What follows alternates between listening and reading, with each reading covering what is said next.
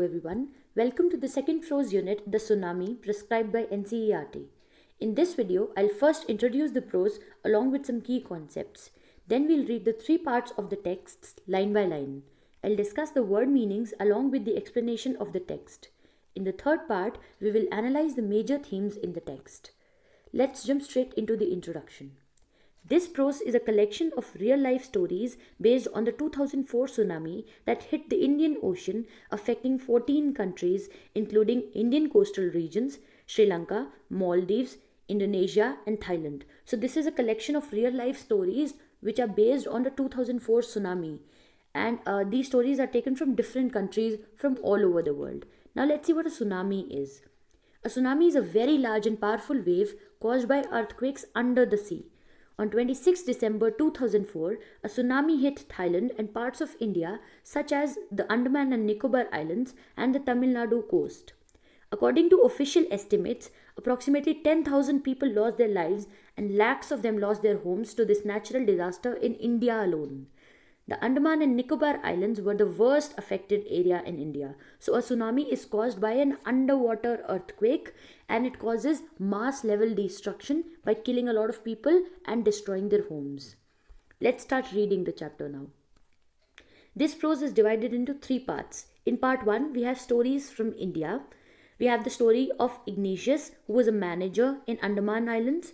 We have Sanjeev, who is a policeman. We have Meghna, a 13-year-old girl, and Almas Javed, a 10-year-old girl who lived on the Andaman and Nicobar Islands. In part 2, we will read a story of Tilly Smith, a British girl who went on a holiday to Thailand. In part 3, we have the stories of animals and their behavior during tsunami in Sri Lanka. Let's start reading now. These stories are all from the Andaman and Nicobar archipelago. What is archipelago? It's a group of many islands and the surrounding sea. So Andaman and Nicobar is a collection of approximately 300 islands, right? That's why we are calling it an archipelago. All of these stories that you're going to read are from the Andaman and Nicobar archipelago, which is very much a part of India. Ignatius was the manager of a cooperative society in Kachal. Now, Kachal is an island in the Nicobar area, Nicobar group of islands, right? His wife woke him up at 6 a.m. because she felt an earthquake. His wife feels that there is an earthquake, right? So, he carefully took his television set off its table and put it down on the ground so that it would not fall and break. He was scared that his television might fall off the table and break, so he takes his television and puts it on the ground so that it does not break. Then the family rushed out of the house. Then they all ran out of the house. When the tremors stopped, they saw the sea rising. So tremor is a slight shake. Whenever there's an earthquake, everything shakes, right? Those are called tremors. So when the tremors stopped, they saw that the sea was rising. And in the chaos and confusion, when everybody was in a lot of confusion, chaos means complete disorder, when nobody is able to understand anything, in that chaos, two of his children caught hold of the hands of their mother's father and their mother's brother. So they held on to their mother's father, meaning their grandfather, and their mother's brother, meaning their uncle, and they ran away in the opposite direction. He never saw them again.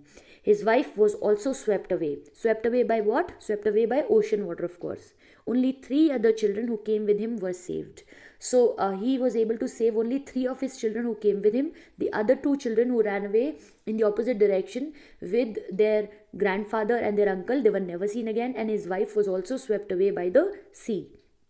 Now there's another story. Sanjeev was a policeman serving in the Kachal island of the Nicobar group of islands. He somehow managed to save himself, his wife, and his baby daughter from the waves.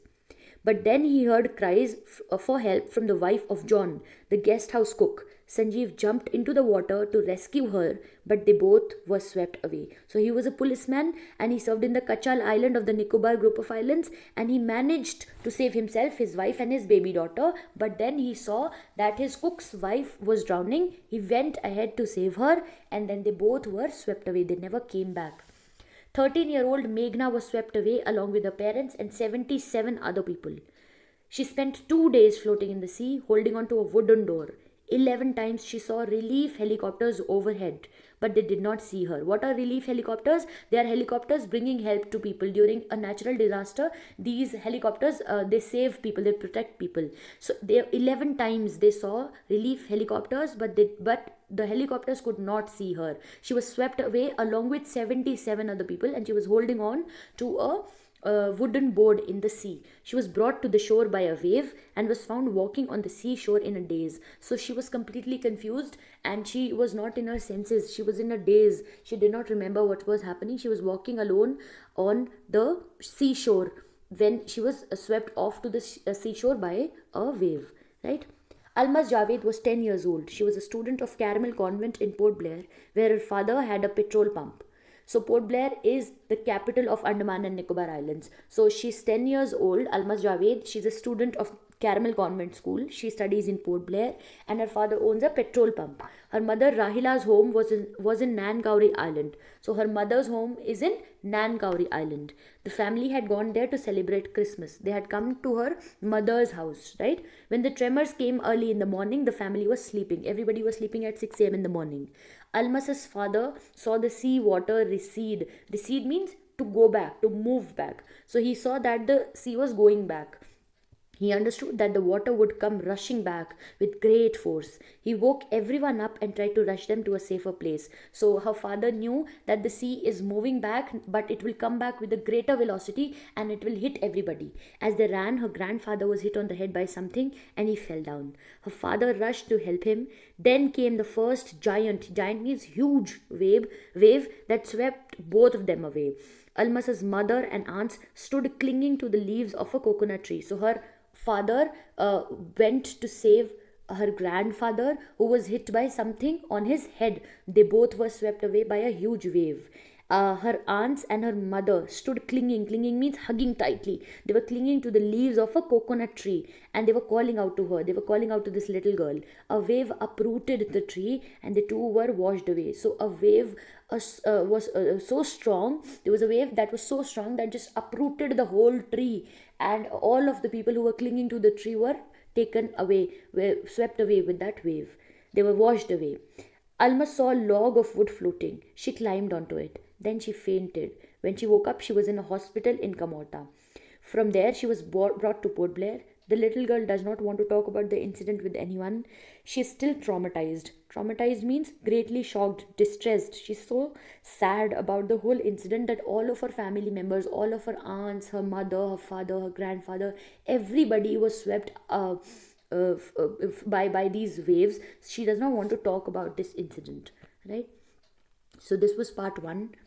Let's move on to part 2. Tilly Smith, a British schoolgirl, was able to save many lives when the tsunami struck Phuket Beach in Thailand. So they were present in the Phuket Beach in Thailand. You can look at the picture here. This is the picture of the Smith family when they went on a holiday.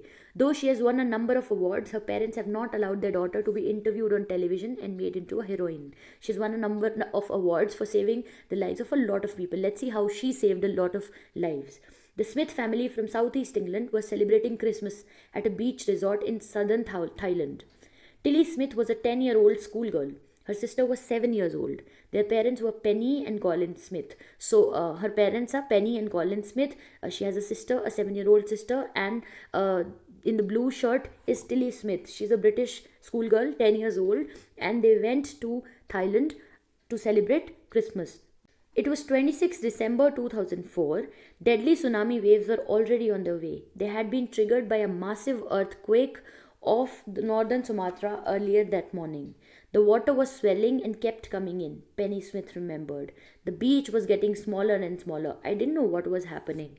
So her mother remembers that there was a massive earthquake earlier that morning and the water was swelling, the water was rising up, and the beach kept getting smaller and smaller. Nobody understood what was happening, but Tilly Smith sensed that something was wrong.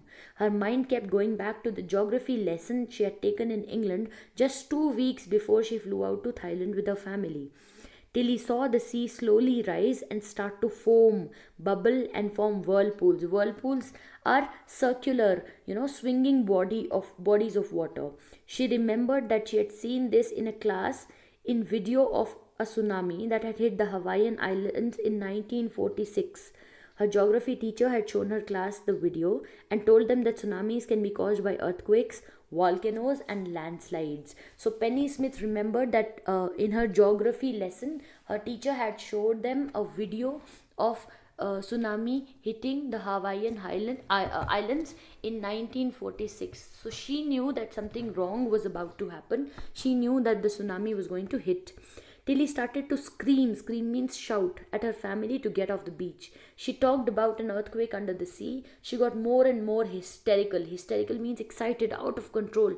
And she was just not able to make sense of anything. She started to scream, shout for everybody to get out of the beach.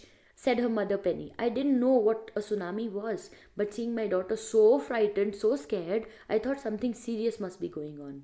Tilly's parents took her and her sister away from the beach to the swimming pool at the hotel. A number of other tourists also left the beach with them. Then it was as if the entire sea had come out after them. I was screaming, "Run!" The family took refuge in the third floor of the hotel. The building withstood the surge of 3 tsunami waves. So the building endured. Withstood means endure. The surge means the force of 3 tsunami waves. If they had stayed on the beach, they would not have been alive. So as Penny screams, "Run, run!" along with them, a lot of other tourists also ran away from the beach, and they all got saved because they hid in the hotel on the third floor of the hotel. The Smiths later met other tourists who had lost entire families. Thanks to Tilly and her geography lesson, they had been forewarned. Forewarned means warned beforehand. Tilly went back to her school in England and told her classmates her terrifying tale. So, this was the story of Tilly, who saved the lives of her parents, her family, along with a lot of other tourists. Let's move on to part 3. Before the giant waves slammed into the coast in India and Sri Lanka, wild and domestic animals seemed to know what was about to happen. Slammed means to strike forcefully. So before the giant waves struck forcefully, the animals knew what was about to happen. They fled to safety. They ran away to safety. According to eyewitness accounts, according to people who saw it happen, elephants screamed and ran for higher ground. Dogs refused to go outdoors. Flamingos flamingos are birds who abandoned their low-lying breeding areas, and zoo animals rushed into their shelters and could not be enticed to come back out. Nobody could lure them, nobody could attract them to come out. Many people believe that animals possess a sixth sense and know when the earth is going to shake. So a lot of people believe that animals know when an earthquake is going to approach. Some experts believe that animals is more acute hearing. Acute means sensitive, because their hearing is so sharp, it helps them to hear or feel the earth's vibration. They can sense an approaching disaster long before humans realize what's going on. So a lot of experts believe this. It's not, however, proved, but a lot of experts believe that animals know when a disaster is about to strike. We cannot be sure whether animals have a sixth sense or not, but the fact is that the giant waves that rolled through the Indian Ocean killed more than 1.5 lakh people in a dozen countries, but not many animals have been reported dead. So a lot of people died, but not a lot of animals. Along India's Cuddalore coast, where thousands of people perished, meaning died, buffaloes, goats, and dogs were found unharmed. The Yala National Park in Sri Lanka is a home to a variety of animals, including elephants, leopards, and 130 species of birds. 60 visitors were washed away from the Pantangala beach inside the park, but no animal no animal dead bodies were found, except for 2 water buffaloes. So 60 visitors were killed, but no animals were killed, because obviously we think that animals have this sixth sense. They know when the disaster is approaching, so they take timely measures to run and hide, right? About an hour before the tsunami hit, people at Yala National Park had observed 3 elephants running away from the Pantangala beach. A Sri Lankan gentleman who lives on the coast near the Galle said his 2 dogs would not go for their daily run on the beach. They are usually excited to go on this outing, he said, but on that day they refused to go and most probably saved his life. So animals were not ready to go on a walk. There were some animals who just ran away from the beach, and this all points out to the fact that animals might have a sense of when a disaster is about to happen. Now, in the last part, we are going to analyze the major theme in this prose. This prose is the collection of real life stories of courage, loss, and destruction caused by a natural disaster called tsunami, which hit the Indian subcontinent in 2004. I've already told you that it is a collection of a lot of stories. But what do these stories teach us? These are the stories of courage, these are the stories of loss, these are the stories of destruction caused by a natural disaster. So, the two major themes are death and destruction caused by nature. Nature is generally silent, right? But whenever it takes on that angry form, whenever nature is angry, there's a natural disaster. It causes a lot of harm to the human civilization. So it causes death and destruction. It kills people, uproots houses, kills a lot of animals, trees, everything, right? So whenever nature is in anger, it just kills a lot of human beings, brings about a lot of destruction, right? The second theme is courage and hope. So in these stories we saw how a little girl saved not only the lives of her parents but the lives of a lot of other tourists also. We also saw the stories of some people who lost their lives saving other people, just like that policeman Sanjeev, who lost his life saving the wife of the cook, right? So these are the stories of courage and hope, of death and destruction. So these were the major themes, and that's it about the lesson. Thank you so much.